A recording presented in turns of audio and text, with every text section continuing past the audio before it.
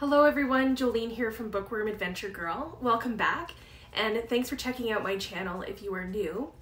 I hope you remembered to put your clocks back an hour. If you do that where you live, we do that here, and with my extra hour I decided to get caught up on some reading. So that was a really nice way of kind of spending some time this morning.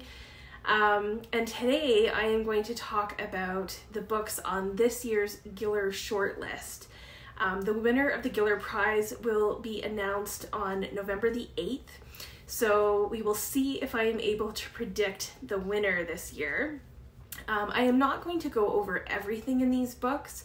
I've already talked about a few of them, and I will be talking about more of them when I do my wrap-up later on this month, so I will leave links to the videos where I've talked about them in case you do want more details. So I am going to begin with the book I enjoyed the least. Last year I predicted the winner of the Giller, which was a collection of beautiful short stories by Suvan Kamthemavongsa, and it was called How to Pronounce Knife. And the shortlist this year has one collection of short stories called Glorious Frazzled Beings by Angelique Lalonde, where Suvan Kam's short stories were all well written and they had a profound impact on me last year. Glorious Frazzled Beings has been a bit of a letdown for me. I haven't even been able to finish this. I will. But after reading a few of the stories, nothing has made me want to come back to the book. So that's a really, that's a red flag right there for me. So out of the 5, this is the most disappointing for me, and only makes the fact that other novels that I really did enjoy from the long list that didn't make it to the short list, it makes that a little bit more heartbreaking. But the next 2 books were books that I enjoyed, but I didn't love. So they would be The Listeners by Jordan Tannahill and What Strange Paradise by Omar Akkad. And they are 2 completely different books. The Listeners, I've talked about a few times, I think, already. It's more of a psychological thriller about the main character, Claire, who can hear a noise that no one else can hear, and the story is how this affects her life on many different levels.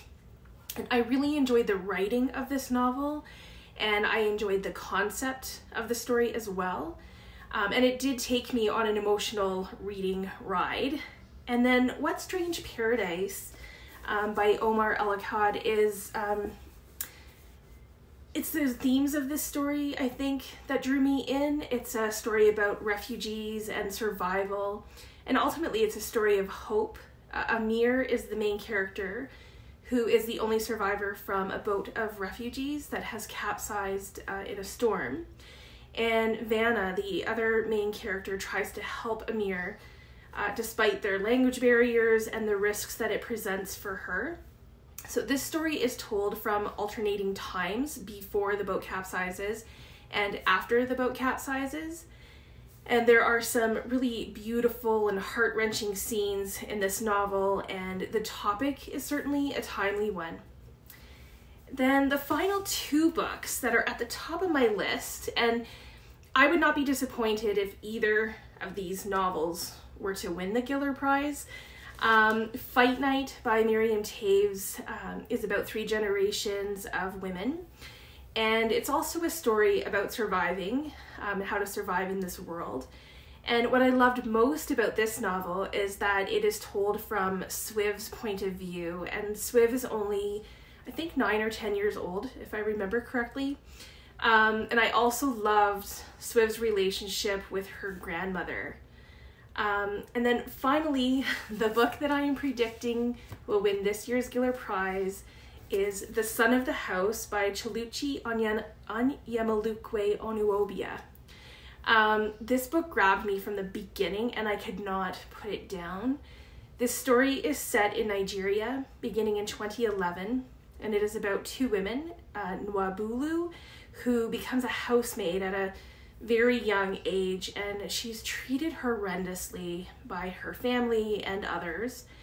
And then there's Julie, who is at the other end of the spectrum, She's educated and privileged, and we first meet them when they have been kidnapped together, and they decide to share their stories. So we go back to the 1970s to get their backstories. And then the third part of the book brings us back to 2011 and tells how these two women are connected. And I just thought that this was a fantastic debut novel.